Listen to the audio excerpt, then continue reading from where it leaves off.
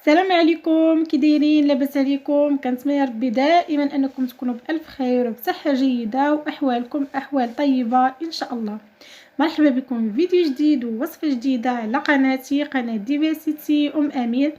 الى حرتوا ما عرفتوا شنو ديروا للعشاء وبغيتوا شي عشيوه تكون خفيفه وبغيتوها تعجب الكبار والصغار، فهاد الوصفه هذه هي الوصفه المناسبه.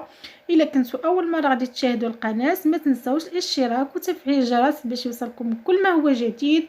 وبلا ما نطول عليكم نخليكم مع تتمه الفيديو، فرجه ممتعه مع المقادير وطريقه التحضير. غادي نبداو على بركه الله. غادي ناخذ جوج ديال البصلات متوسطين مقطعين على شكل طولي بالشكل اللي كتشوفوا معايا، 4 ديال الملاعق ديال الزيت النباتي، القليل من الملح، القليل من الابزار، والقليل من الزعتر اللي ممكن بطبيعه الحال استغناء عليه. وغادي نشحروا البصله ديالنا حتى تشحر مزيان وغادي نطفيو عليها.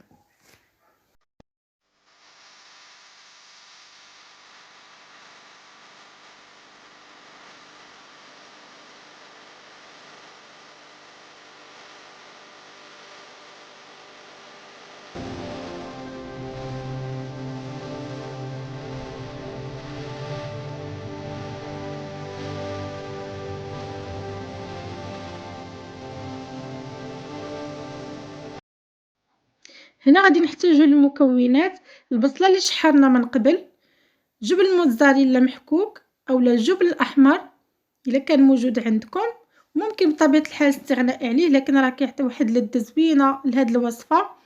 ربع ملعقه ديال الملح، راس معلقه ديال الابزار، القليل من الزعتر، ساشي ديال الخماره الكيماويه، جوج ديال البيضات، جوج ديال الفرماجات مثلثين اولا الفرماج المثلث اي نوع متوفر عندكم في البيت.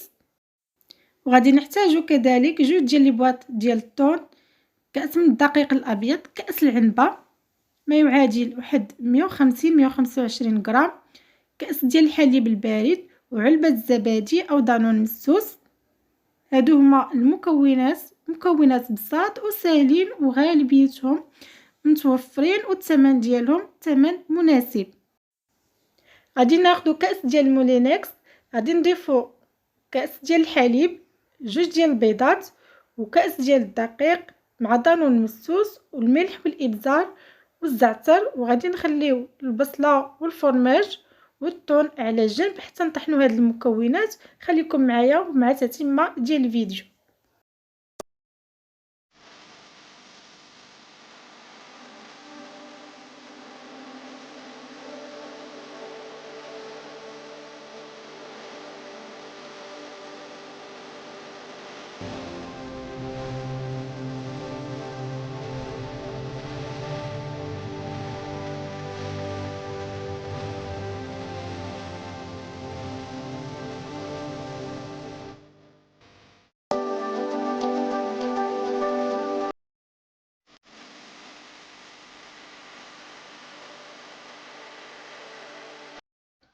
من بعد ما ضفنا جميع المكونات ما عدا الثوم والفرماج والبصله، غادي نطحنوا الكل جيدا في الطراب، عفوا في الخلاط الكهربائي، حتى غادي نحصلوا على خليط متجانس بالشكل اللي غادي تشوفوا معايا.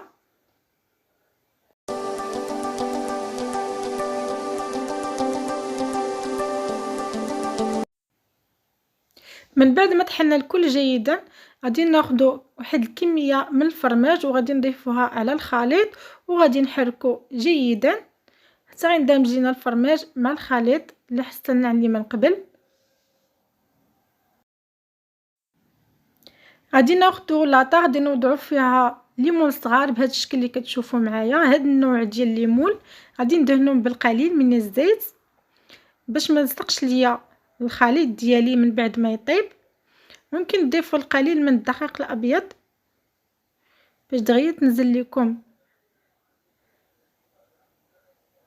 هادو تقريبا بحال البيتزا، المذاق ديالهم مقارب جدا للمذاق ديال البيتزا، ولكن انا صراحه انا كيجيني احسن هذا المذاق ديالو والشكل ديالو كيجيني احسن من البيتزا صراحه. جربوه وغادي تتاكدوا بان هذه الوصفه هذه راه وصفه زوينه بزاف عفوا.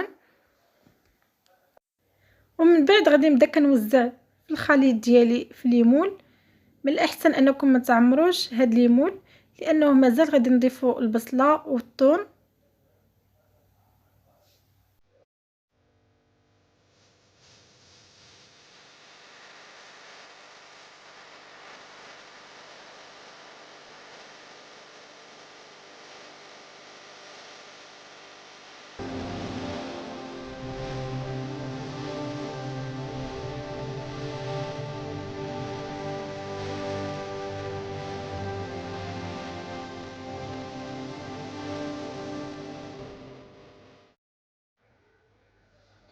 غادي ناخدو البصلة وغادي نبداو كنوزعو فيها في جميع القوالب. ممكن انكم ديروا فلفله مشويه حتى هي تشحروها مع البزار والملحه والزعتر حتى هي كتجي زوينه. انا بنتي ما تتبغيش ليا الفلفله، داكشي علاش فضلت انني ندير البصله، كتجي لذيذه بزاف.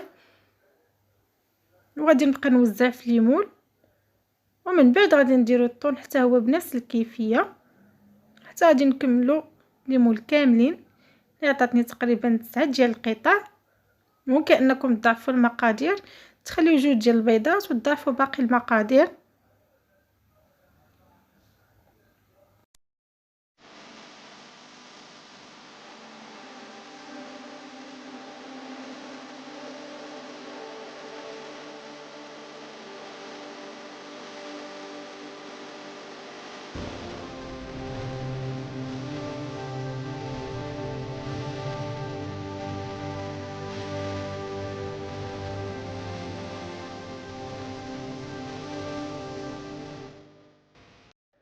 ومن بعد غادي ندخلها الفران، نسخن على درجة حرارة عالية 200 220 درجة من الفوق ومن التحت. تقريبا كتاخذ واحد المدة ديال 20 دقيقة. ومن بعد ما كيطيبوا تنخرجوهم من الفران وكنوضعوا من الفوق منهم الفرماج موتزاريلا اولا الفرماج الاحمر، وكنعاودوا نرجعوه للفران، كنشعلوا عليه غير من الفوق تقريبا غير دقيقة وتنخرجوه وكيكونوا واجدين.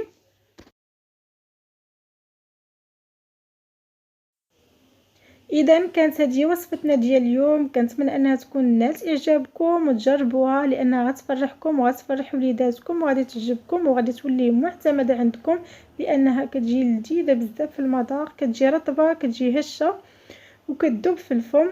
اذا شكرا على المشاهده، وكنتمنى انني نلقاكم دائما في احسن الاحوال، وما تنسوش البارطاج مع الاصدقاء باش تعمل الفائده. ودائما الا كنتم مشتركين جدد مرحبا بكم، وكنتمنى انكم تشاركوا في القناه وتدعمونا لاننا بكم حنا كاينين، وبكم ان شاء الله غادي نستمروا دائما، غادي نعطيكم ما هو جديد وما هو مفيد.